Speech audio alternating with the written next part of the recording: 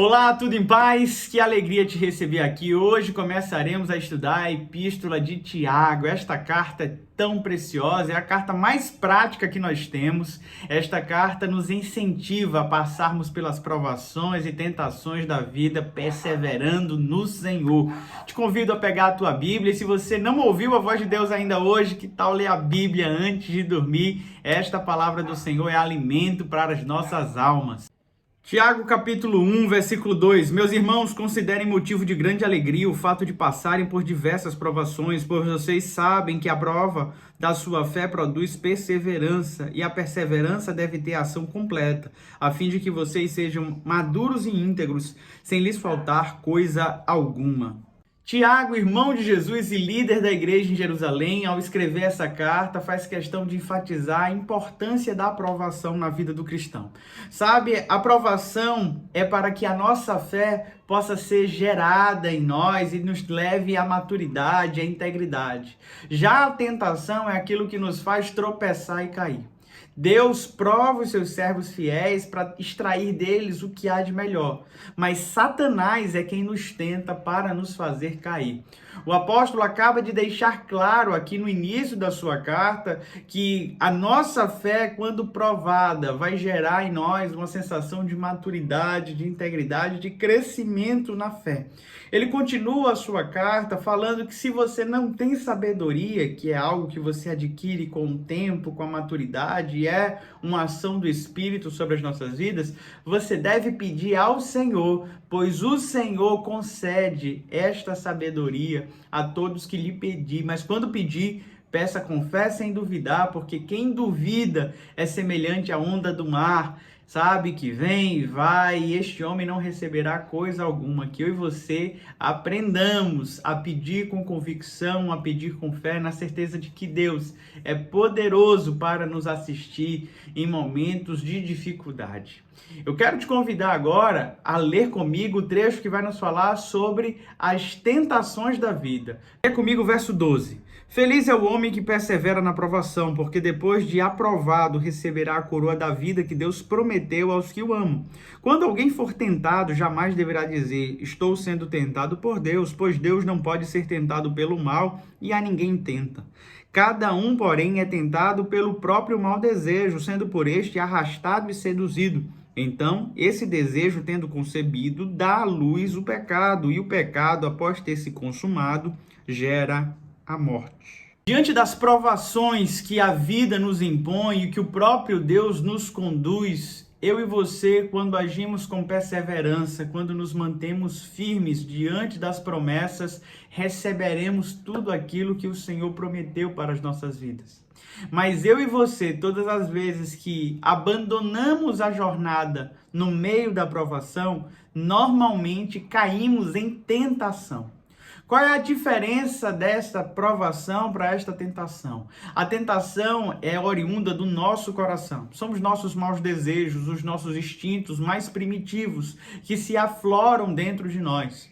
O texto vai dizer que Deus não pode tentar ninguém, pois ele mesmo não pode ser induzido pelo mal e nem pode induzir as pessoas ao erro, visto que ele é um Deus santo e reto. Mas já o nosso coração, corrompido e perverso, muitas vezes nos conduz a caminhos tortuosos.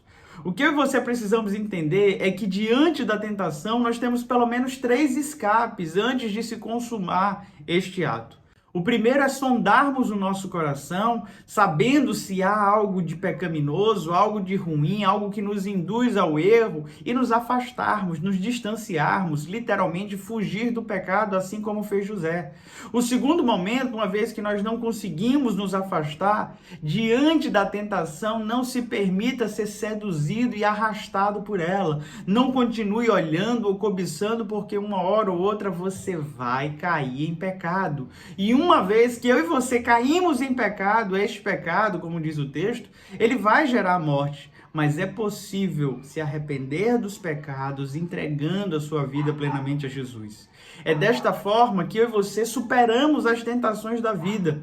Ninguém se acha forte o suficiente para enfrentar elas de peito aberto.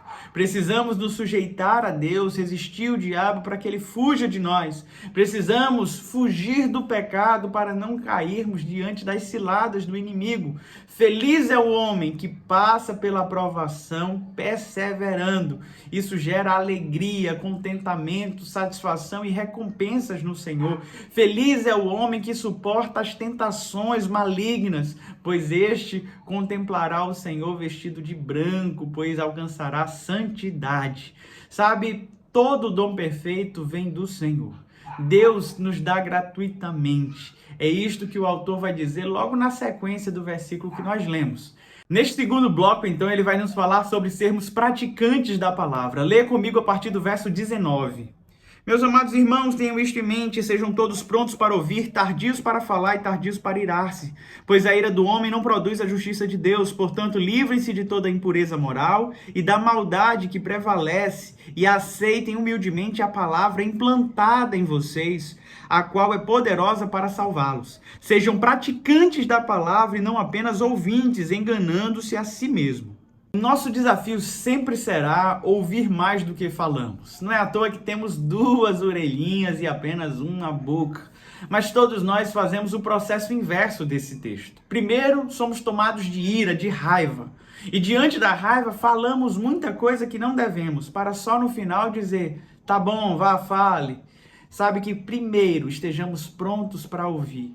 E que sejamos tardios para falar e tardios para se irar, entendendo que a nossa ira não vai de maneira alguma produzir a justiça de Deus. A justiça de Deus não provém da nossa ira, ela é uma justiça santa.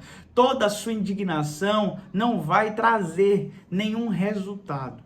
É por isso que é necessário a paciência, a longanimidade. Eu sei que durante essa nossa jornada, a nossa paciência é constantemente testada. Mas uma vez que nós aceitamos a palavra que em nós foi implantada para a nossa salvação, começamos a desfrutar do fruto do Espírito, promovido pelo Espírito Santo. E começamos então a não agir com tanta ira, com tanta irritação, com tanta raiva. O homem que é apenas ouvinte da palavra, mas não praticante, este está se enganando. O Senhor não te chamou para dia após dia fazer essa devocional comigo, ler este texto sagrado ou frequentar os cultos dominicais e não ser praticante desta palavra. O maior desafio nosso nunca foi ouvir a palavra, mas o desafio sempre foi praticar. Nós entendemos que a fé é gerada por meio da palavra, da pregação, de ouvir esta palavra, mas eu e você temos que ter uma disposição em nosso coração a vivermos esta palavra. E como é que colocamos então em prática esta palavra? Olha o que nos diz esse texto. Versículo 26. Se alguém se considera religioso, mas não refreia a sua língua, engana-se a si mesmo, sua religião não tem valor algum. A religião que Deus, nosso Pai, aceita como pura e imaculada é esta: cuidar dos órfãos e das viúvas em suas dificuldades e não se deixar corromper pelo mundo. O apóstolo Tiago está nos ensinando que este religar com Deus, essa religião, só faz sentido quando ela deixa de ser teórica e passa a ser prática.